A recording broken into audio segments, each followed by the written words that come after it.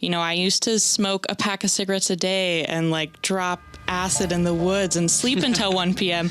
I never thought that I'd be getting a master's degree or becoming someone's boss or being a human rights lawyer. Like, I never saw those as a possibility in my life. Greetings, I'm Tristan Anderson, your host on the Student Vibes podcast, and today we're going to talk to a friend and former classmate of mine, Lilly Love. We get to hear about her experience studying abroad in Nepal, what you can learn from doing an internship at Washington Hospitality Association, and we also get to hear Lilly's tips for managing stress and living your life with purpose. This is one perspective you do not want to miss. Check it out.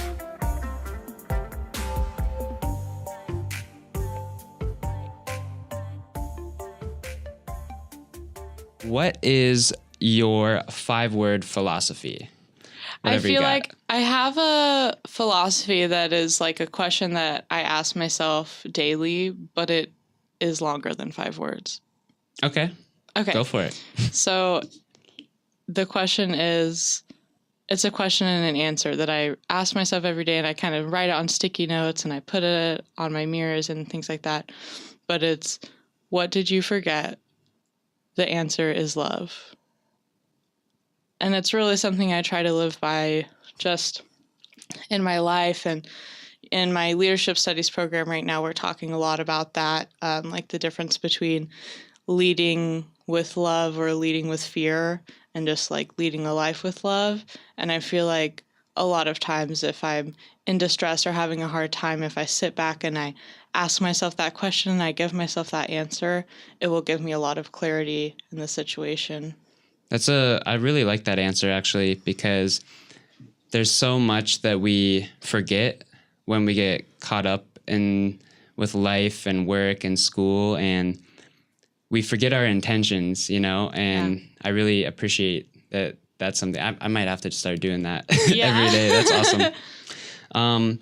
So both of us went to Nepal together, and it's been almost a year. So it's kind of fitting that we're talking about Nepal and your experience over there. It's been exactly a year. Yeah, like we were there right now today. I was in the mountains remotely. Yeah. No contact. Yeah. Really. It was kind of scary. Lilly, and you were in Kathmandu, right? Yes, I was in the city the entire time. Could you tell us, could you just give like a general, like what your experience was like, or just give us a quick summary of, what the trip was about? Okay. So I had been wanting to go to Nepal since my freshman year of high school, when my history teacher, told me about her experiences there. And I actually had plans to go there and volunteer my summer after high school graduation. But I had a really bad knee injury, and that's when the earthquakes were happening, so I had to cancel my trip. And of course I felt really guilty about it because, I planned to go there and help, and then as soon as people need your help, of course you go and cancel your trip. But so when I found our program, Movements and Migrations, it was, like a blessing. I thought, oh my gosh, this is my chance. Mm-hmm. So I was really excited to take the program and finally get to go to Nepal, which I really just felt like was something that was calling out to me for a really long time. And I do think my experience was not particularly hard, physically, but emotionally. It really was a really hard job. So what was that job? You're referring to the... Okay, go ahead. So I was working at the Balmandir Orphanage, which is the largest orphanage in Kathmandu, and it's a government-run orphanage. And I was working in the infant sector, so particularly with the babies that were there. Mm-hmm. And it was a really difficult experience emotionally, which I can get into more later, but... And I was also in the city the entire time, so I didn't get to experience the beautiful mountains the clear air. Yeah, definitely not the clear air. I basically had to wear a face mask constantly everywhere I went. Kathmandu is really dusty. Yeah, it is really and dusty. Polluted, but yeah. I mean, it kind of makes sense because of the geography. If you didn't know, like Kathmandu is kind of in a valley of a huge mountain range. Mm-hmm. So all that pollution and dust just like gets kicked up and just hovers in this valley, and it just makes things like really dusty. Yeah. And I'm from a really dusty farming town that's also a valley in California. And it's actually supposed to be one of the most polluted places in America just because of the layout. But oh my gosh, it was not even comparable at all. Like even now when I smell the smell of gasoline, it really brings me back. Yeah, it takes you back. It was like my daily perfume. Like, yeah, but I remember just like blowing my nose and like black stuff coming out. I'm like, oh, well, that's great. Yeah. So before we get into like the super heavy stuff, I just want to talk about the food dishes, because I remember that being one of everyone's favorite part. The food was so good, so healthy and balanced. And so I'm curious, Lilly, what was your favorite food in Nepal? And we'll just start right there. What is your favorite food that you had there? I feel so bad that I'm the person in our program that got asked this question, because I had a totally different experience than everybody else. I know everyone like totally loved the food. I will say though, in my defense, I was living in Kathmandu at the volunteer house the entire time, so I did not experience like the food of the rural villages. Yeah. And our house Didi, which means sister, KP, she would make the same thing every day of the week. So we just had the one thing for Monday and Tuesday and Wednesday and Thursday. Yeah. But so I didn't particularly have a favorite food. It was really fun for me because, you know, when you get really full, you say this word pugio, which is like, please stop giving me food, but they give you more anyways. Yeah. But it's really rude to not eat it. Luckily, I had my boyfriend Shiloh there with me, and he has like the stomach of a trash monster. So I would sneak all of my food onto his plate every night and he would eat it.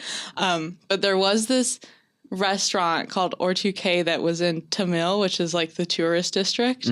And some of the girls in the volunteer house would bring me there every now and then when I was getting really bummed out. And they had this cake there at Or2K, which was delicious. And I still have dreams about it. Oh my gosh. So it wasn't technically like a original Nepalese dish, but I do miss it a lot. And it was really good. Wow, I'm not sure if I went to that restaurant. Or I might you missed out. It might have been. Place. If I did, it was at the end because, yeah. It was like blacklit, and you'd sit on pillows on the floor, and they had really fancy drinks. Cool. It was really fun. Interesting. So you didn't have a good experience with the food. I got really sick. So after I got sick, everything was just really unappetizing. That's usually how it goes. That actually happened to me in Vietnam. I got really sick and like cried like a baby and wanted my mommy and just none of the food, because it was after a month that I was there. So like none of the food, after having all that food, like, you know, the same dishes, and then like getting sick and you just want like a grilled cheese sandwich or something. Exactly. Okay, no, I actually had this reoccurring dream every night of a really tall glass of ice water. And you know, when the ice has been sitting in there a really long time and the outside of the cup gets really wet. Yeah. I would literally have a dream about that every night. Like the whole night, I would just be picturing it in my head. And it was the very first thing I had when I got to the airport in San Francisco. Just a glass of ice water. Yes. Oh my gosh. I just wanted pizza. Oh man. Yeah, the food is fun times. Although I would say that getting the McDonald's with Zach in China on the way back was hilarious. But we won't go into that for now. Maybe we'll get him on there. So going back to Nepal, because you said you're kind of busier than most of the other students. What did your day-to-day like schedule look like? Yes. So living in the volunteer house, I shared a room with about 6 to 8 other people, depending on who was there at the time. So it was really cramped. But it did feel like home. And every morning I would wake up before everybody else, which I did not like at all. I do not like waking up early in the morning. But I had to. So I would usually wake up before 6, just because I had to be at the orphanage at a certain time and it was really far away and I had to walk there. I didn't necessarily have to walk, but there was another couple in the volunteer house that lived downstairs, and they were a married couple. Their names were Graham and Laura, and they were from New Zealand, and they were really nice. And they also worked at the orphanage, and they were there before me. So it was kind of their job to show me how to get there. Mm-hmm. And all of the volunteer coordinators told me to take the bus, but Graham and Laura did not like taking the bus. They liked to walk. So I see. I would walk with them every morning through the busy streets of Kathmandu with our face masks on. A lot of hills. It's about a 2-hour walk, as long as you're walking at their pace, which is very fast. Oh, geez. So that took a while for me to get used to. Sometimes I would take the bus when some days they wouldn't go to the orphanage, and I would take the bus, which was actually really fun and kind of hard. I'd get lost a lot, but the buses are like these minivans, so it's not actually a bus like you would imagine in America. It's like a minivan shoved full of people. Like you're sitting on people's laps, you're standing with your butt like sitting on their face, and every single time I'd get on this bus, there would always be someone that would put their child on my lap or like their basket of food or something.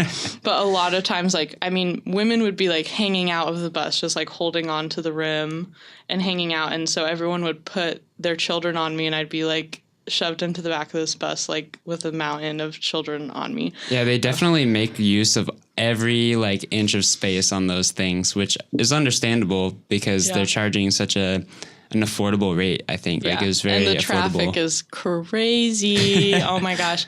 But yeah, so I would do that, and then we'd get to the orphanage by like 8 or 9 in the morning. Mm-hmm. And I would spend my entire day there, so I wouldn't leave until about 4 p.m. Oh, so it was wow. like an 8-hour like day. A full day. No bathroom. How did you even manage that? I'm just curious. Oh my gosh. Is there like the store across the street that you have to like knock on their door and be like, hey? I wish. No, it was honestly, I got really dehydrated because I would like avoid drinking water during my day at the orphanage because there was like this bucket that they would make the kids use outside, but I avoided that. So no. Anyways, I'd go 8 hours at the orphanage, and then around 4 p.m. we would walk home, but there was this cafe on the way home that was like halfway in between that we would stop at to use a bathroom, and they had really nice food. It was like this secret fancy cafe where we could get like brownies and ice cream. Brownies and ice cream. Sandwiches and stuff. I know. Yeah. That sounds awesome. Over there, because you're pretty much eating rice and beans. Dalbat. And more rice and beans. Yeah. And lentil soup. Like rice and split pea soup. Which I love. Like that's a great meal for me, but as you know, like things get tiring after a while. But gotta change it up. I spent around 8 hours a day at the orphanage. Most other people in their volunteer placements going to the elementary schools and things would spend like maybe 2 to 4 hours there. Mm-hmm. So I had a lot less free time. By the time we'd get back to the volunteer house, it would be dinner, and we'd have dinner, and then I would like do my laundry and go to sleep. So did you go to was the orphanage every single day? Did you have the weekend off or? Yeah, so we could go during the weekend if we wanted to. It was usually like one day off. Like I would take Sundays off, and that was the day that I would do my laundry because you kind of have to do it when it's sunny outside or else it won't get dry. Yeah. Which is all hand washed, by the way.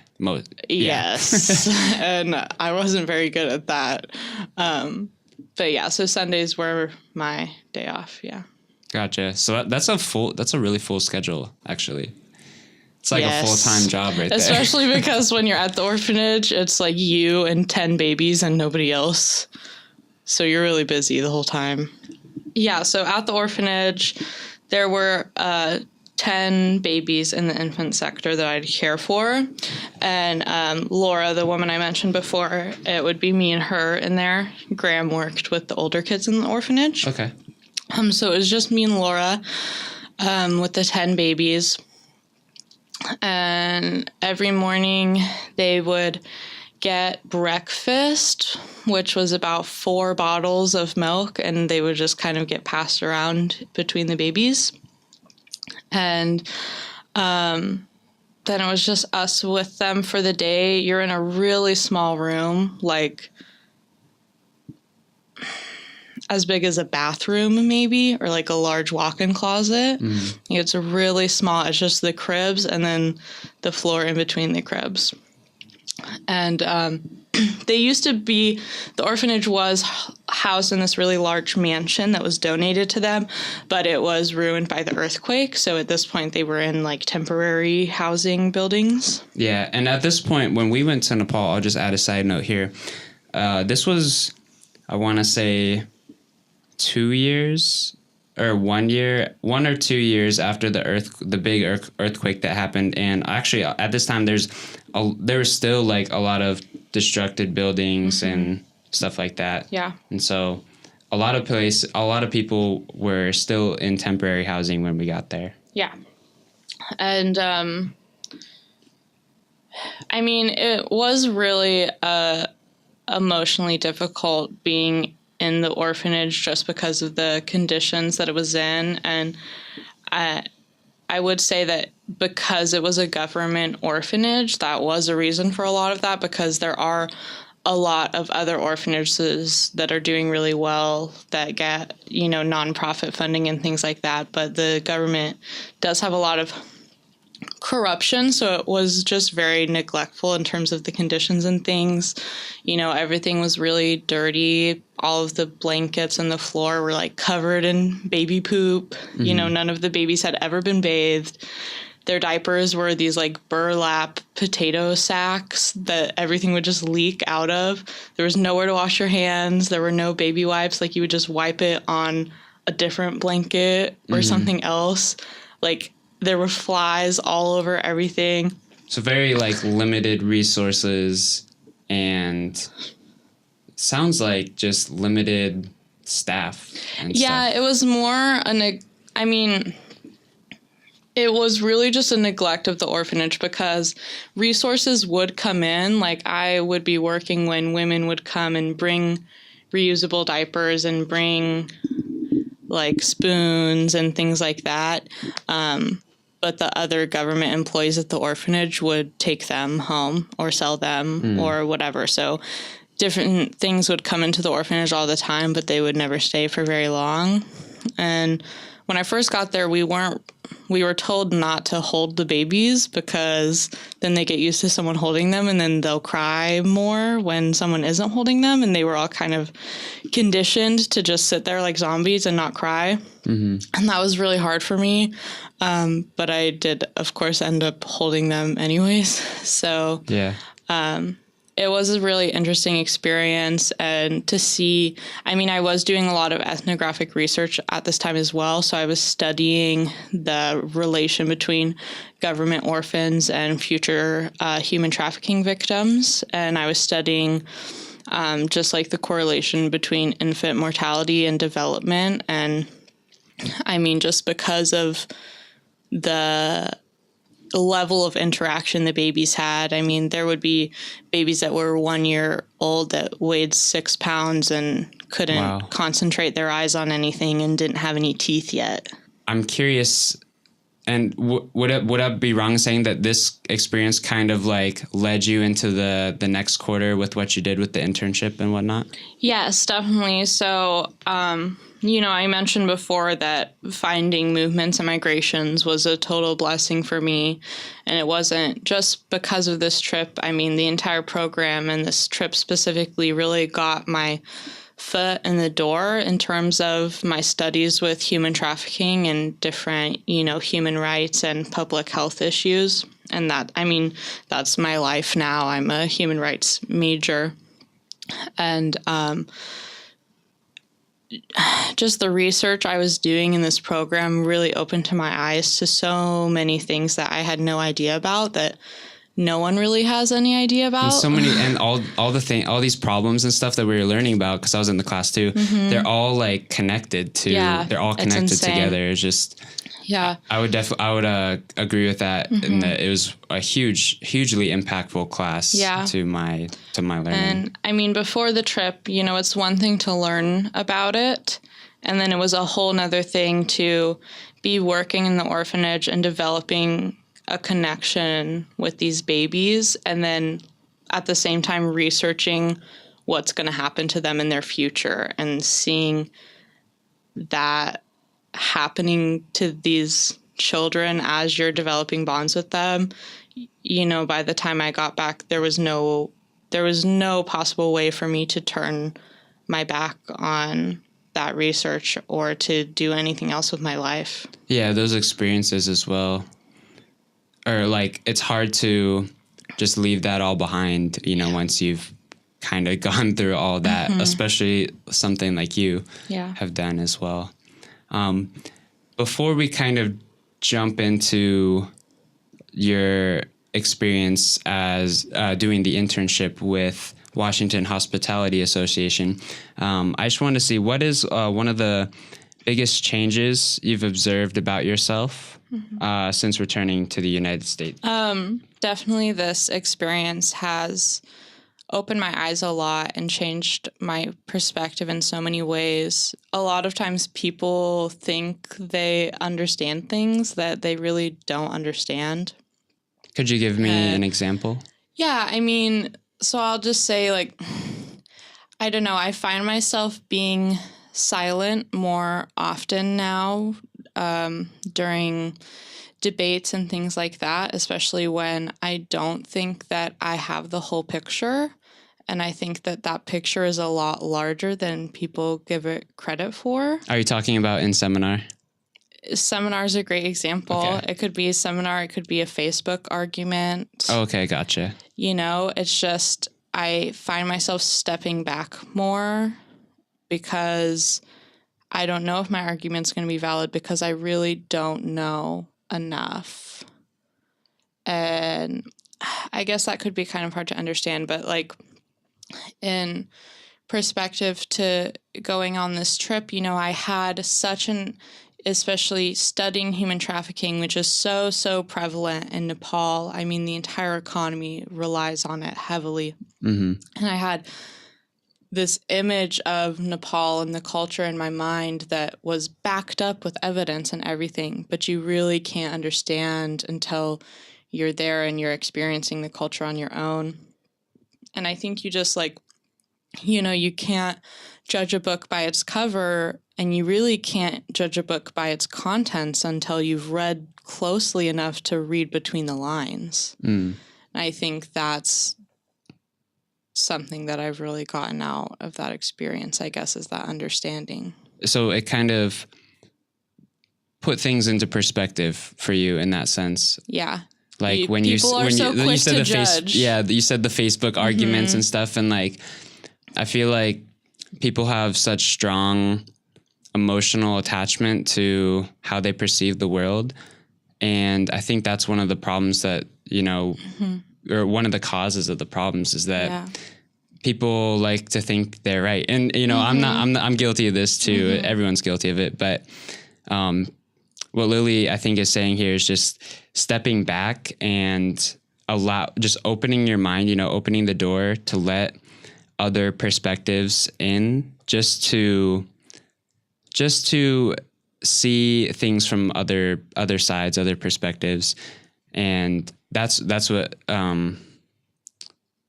is one of the things I've kind of noticed about myself too upon leaving. Yeah. With that being said, we mentioned the internship a little bit earlier, and I'm just curious because I've never done an internship myself, and all I hear about is good things about them. And I might, you know, I really want to do one at some point. So I'm just curious, what made you decide to pursue the internship after we went to Nepal. So this was the quarter after we came back from Nepal. Yes. So actually, the day before we left for Nepal, I went to the library to print out my plane ticket itinerary, and they were having the internship fair in the middle of the library, which I didn't even know was going on. And as I was walking through the internship fair to get to the printers, I saw this giant sign that said, "Ask me about human trafficking." And of course that stood out to me because, through my research, I think I've learned more than anything else that nobody knows anything about it. And, it's like this crazy important stuff that I just wish more people knew about and more people worked on. I think I stopped by the library on that same day because I remember seeing that. I'm like, oh, these people know what they're talking about, right? So as soon as I saw that sign, I was like, oh my gosh, I have to go talk to these people. And I went and sat down with them, and it was Washington Hospitality Association. And I went to talk to them, and I was like, oh my gosh, I'm going to Nepal tomorrow to research human trafficking. Let me intern with you, please. Just because I was ready to jump at any opportunity to keep studying this and keep working on this and to actually make some sort of difference, which is amazing. It's funny how those things come up too, because sometimes it's not even about being lucky or anything. It's just like you're open to opportunities and you pursue them as soon as you see them. Yeah. So, So that's kind of how you got in contact with them. Yeah. Nice. And so did they sign you off right on the bat and they're like, yes, here's my card, or did you have to wait till? It was almost like a job interview once they realized how qualified I was just in terms of my knowledge about human trafficking. I'm sure I was the only student in the school that approached them that day knowing anything about human trafficking. So after that, they were really trying to reel me in and really convincing me to do the internship. And I was actually really lucky because spring quarter of movements and migrations, my professor set it up in a way where she was hoping students would pursue some kind of internship. Yeah. So I was able to do an in-program internship and still be in movements and migrations and do some classes with them. So I was really lucky. Washington Hospitality Association actually, they're not a nonprofit or anything. They've actually never had anything to do with trafficking in the past. They're an association of all of the hotels and restaurants in Washington. They're like a hospitality club, I guess you would say. Hotels become members to get certain discounts, and there's unions for everything. I didn't even know. There's toothbrush maker unions and stuff like that. So there were a union of hotels, and this other organization, BEST, which stands for Businesses Ending Slavery Today, who are housed in Seattle, Washington, reached out to Washington Hospitality because they had created this training program to train businesses about trafficking coming through their hotels. And this is a revolutionary way to deal with trafficking in America. So I was really excited to jump on this. No states are doing this, where hotel associations are starting to train hotel and restaurant managers about what trafficking looks like coming through their hotels and what they're allowed to do about it. Because most hotel managers, even if they know that's happening, they don't know that they can call the police, or they don't know what they should be doing. So my job was basically to create this human trafficking awareness campaign, reaching out to all of their members to first make them aware that this was happening in their hotels, to make them aware that, it would hurt their reputation and that that's not something they want in their hotel. Yeah, of course. And that they should get this training. So it was a lot of social media marketing and advertising, which is definitely not something I've ever done before. I was working in humanities. So it was a lot on the computer and making posts and doing hashtags and creating little advertisements you want to buy this training for your company. Oh, okay. So you're kind of like a marketing type intern. Yes, but they also had me doing research. I learned so much through this internship. I don't think they realized how much they were asking me, but I mean, they'd be like, tomorrow we need a map of every single organization in the United States of America that has to do with human trafficking and where they are and what they do and what their contact information is. And you've never done anything close to that, probably. I mean, it was just... It's not like it's hard information to find, but there's a lot of people out there. Mm-hmm. But now I know every single state and every single human trafficking organization that exists in America, and I eventually did it internationally as well. So it really opened my eyes to how many organizations are out there and what they're doing. And so it did prove to me kind of how special BEST's training was, because it really is something no one's doing, and I think it would make a really huge difference. So I'm hoping that it will go nationwide eventually, because I think it is a really good idea. Oh yeah, I'm sure it will, it's a solution that kind of goes towards the root of the problem, and that's why I think it's going to have so much success if it's not already. Yeah. Is there anything you can say to emphasize that, I guess? Definitely. I think that the learning that happens in an internship is entirely different than the kind of learning that happens in a classroom. I learned a lot, not just about, human trafficking organizations and how to do social media posts, but I learned about what a business looks like from the inside. And I mean, even though I had a good time in my internship, I did realize that I definitely did not want to work in a business like that or in an office job or work doing any kind of marketing. Mm-hmm. And I'm really glad I had that experience, because without doing that, I probably would have pursued that and then not known that it would make me unhappy until I get the job, and then it's already my career and it's too late.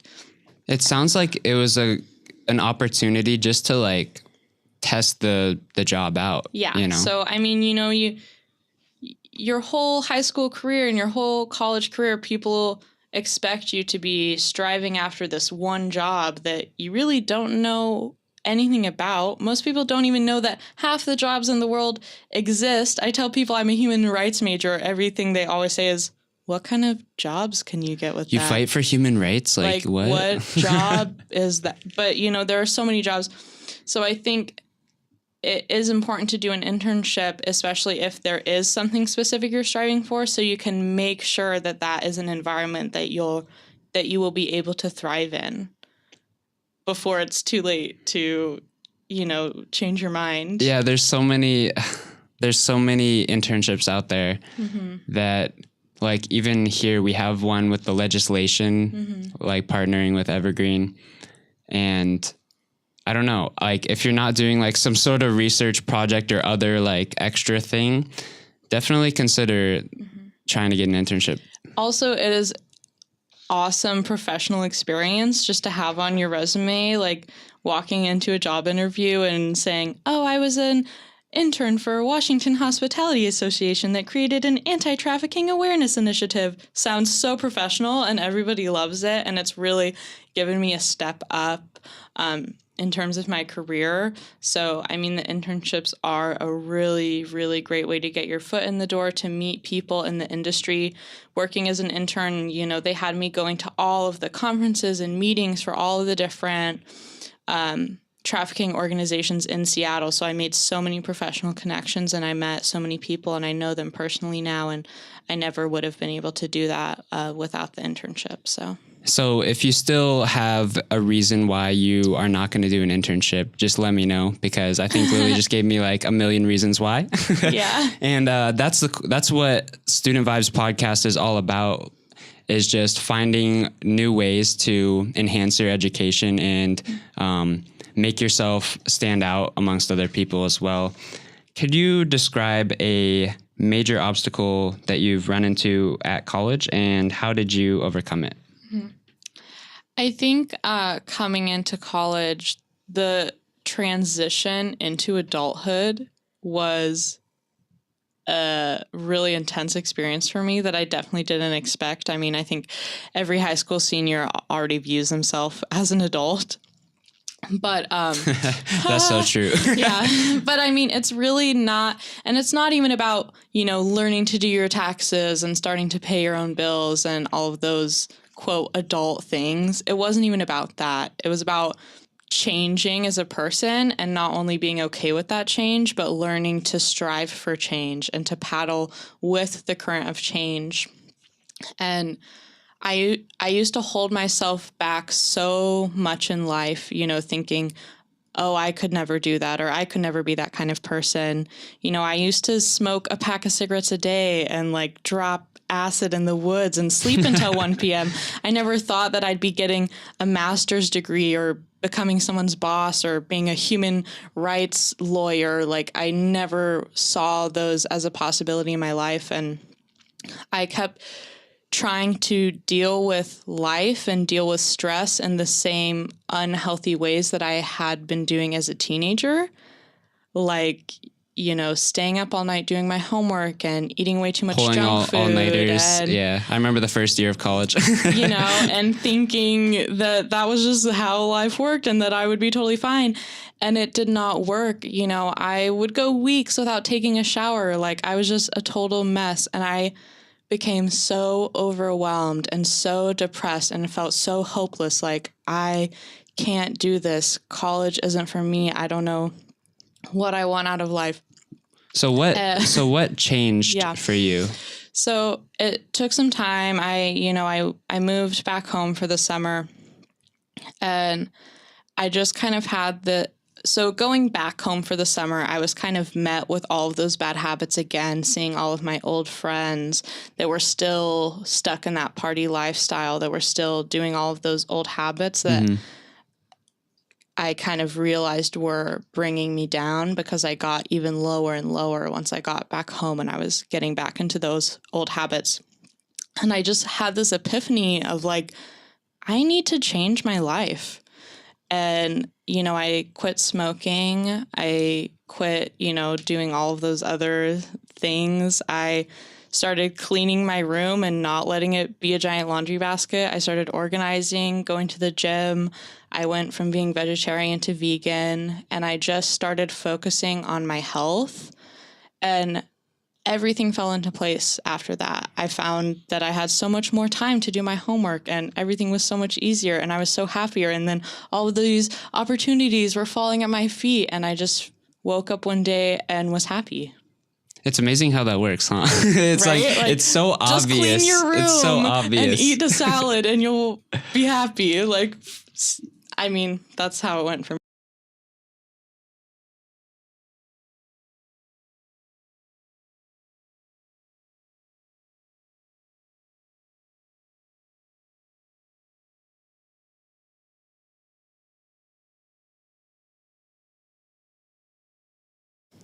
I'm so glad that you brought that up, because it's so obvious.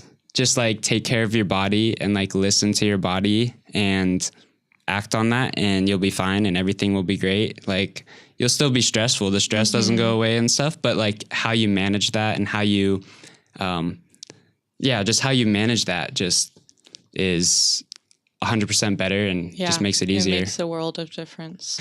I think, the word purpose is really important when thinking about managing stress and staying on top of things and feeling okay within your life.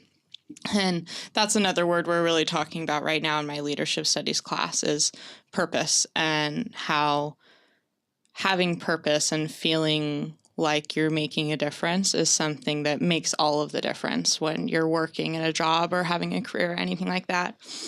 And I think that that's the most important thing, and I feel really lucky because I think that's something I have. I'm not just going to school to get a specific degree, to get a specific job, to get a specific amount of money. I'm studying something that I'm really passionate about, that I think is important, that I'm more and more passionate about every day. And if I gave up on it now, I wouldn't just be letting myself down, but I'd be letting down all of those people that I would have been helping in the future. So I think it's easy for us to kind of turn a blind eye and turn our heads away sometimes when the world gets rough. And, sometimes I'll think, oh, maybe I'll just do this instead. It'd be easier. I could just become a dental assistant and make money and clean people's teeth for the rest of my life.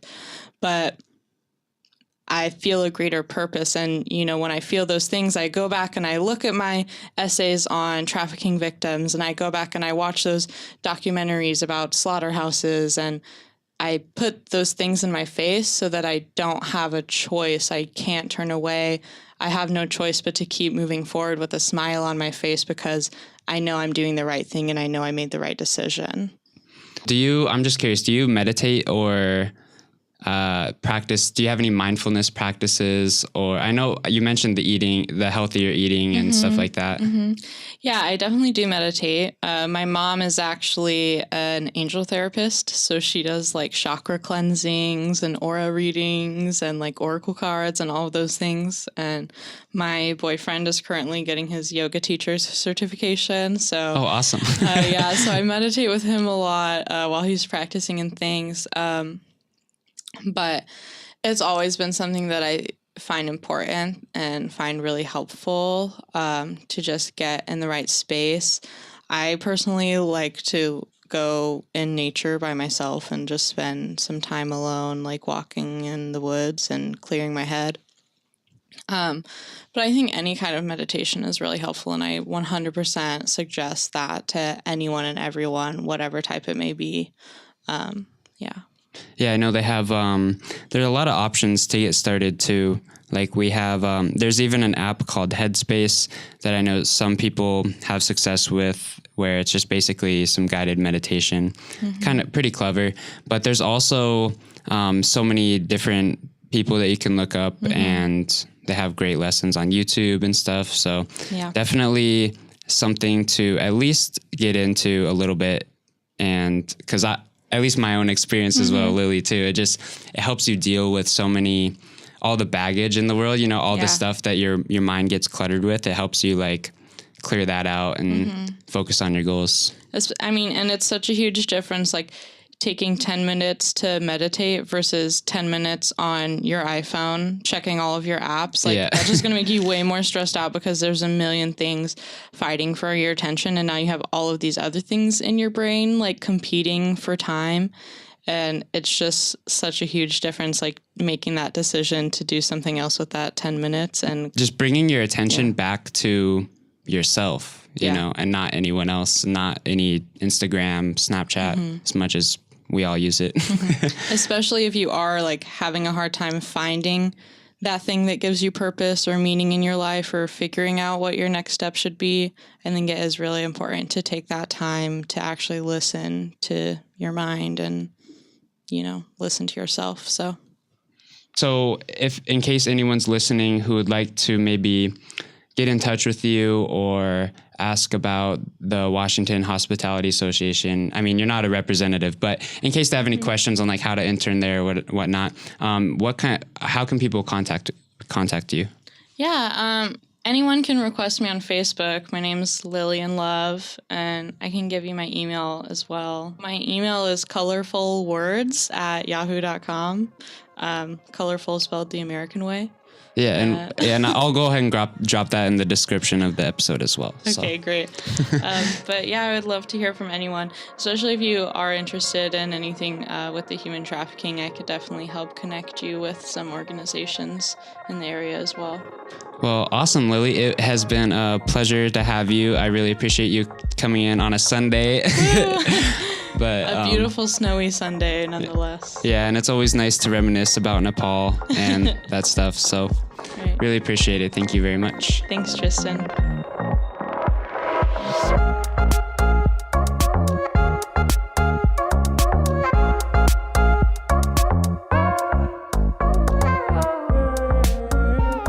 What is up, everyone? I am humbled that you made it this far. I just want to say thank you and give a shout out to www.hooksounds.com, who gave me permission to use their song in the intro. Also, another big shout out to my homie Nick Cicero for letting me use his song called Goes On, which is the song you just heard at the end. He goes by Lorico, Loricco, on SoundCloud. If you like what you hear, be sure to check him out. Also, if you are working on some sort of project, or maybe you traveled to another country for a study abroad program, or even if you did some independent research or did an internship, something of that nature, just hit me up on the Instagram or my Facebook page at @TDubson. I'm always looking for new guests on the podcast, so just hit me up and maybe we can work something out.